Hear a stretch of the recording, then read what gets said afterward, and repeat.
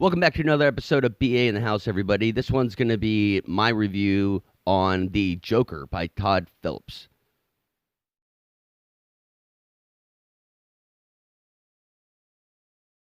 Yeah, and this one, it's going to be, man, it's going to be me telling the way I think I saw it. And the way I saw it is that Arthur Fleck was the victim and society was the problem. Society created the killer.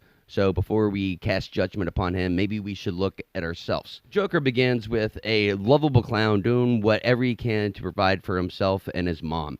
So he's at this point, he's a street performer and he's spinning his boss's sign, and then he gets jumped by some kids, and the kids break the sign, and he's on the hook for the sign. He doesn't feel like he should pay the sign, so he gets fired. And he's taking care of his mother at this time. She's ill and bedridden. So you start to gain sympathy for him at this point. He's doing a good thing, and then he's trying to take care of his mental illness as well. But the elite fat cats at Gotham City took away the city funding for his drugs, and so he doesn't have a job. He's taking care of his mom. He doesn't have any pills. Doesn't have any psychiatrists. Doesn't have any friends. Doesn't have any girls.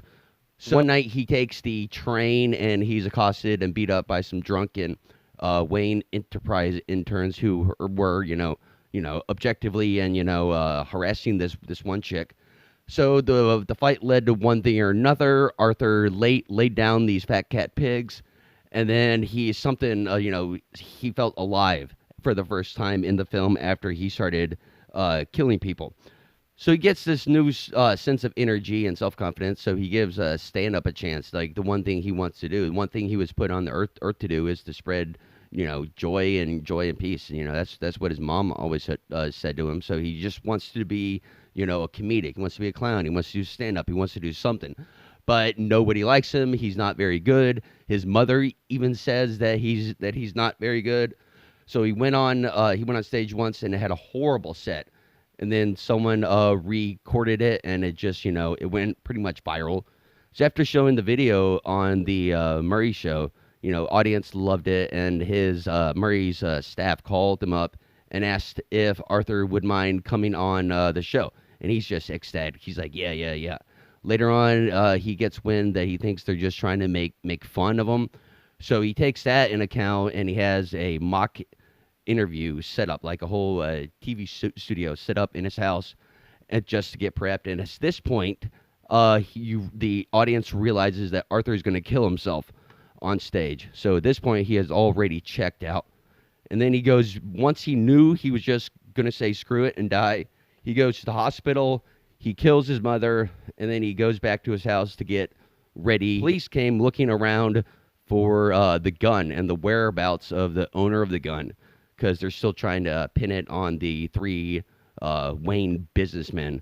So his coworker who sold him the gun comes to Arthur's house after he had killed his mom to see if Arthur's going to talk to the cops or not.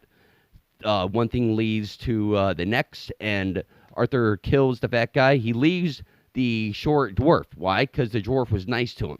Everybody in society who craps on him, they either end up dead or they're, obviously painted as an asshole in the film.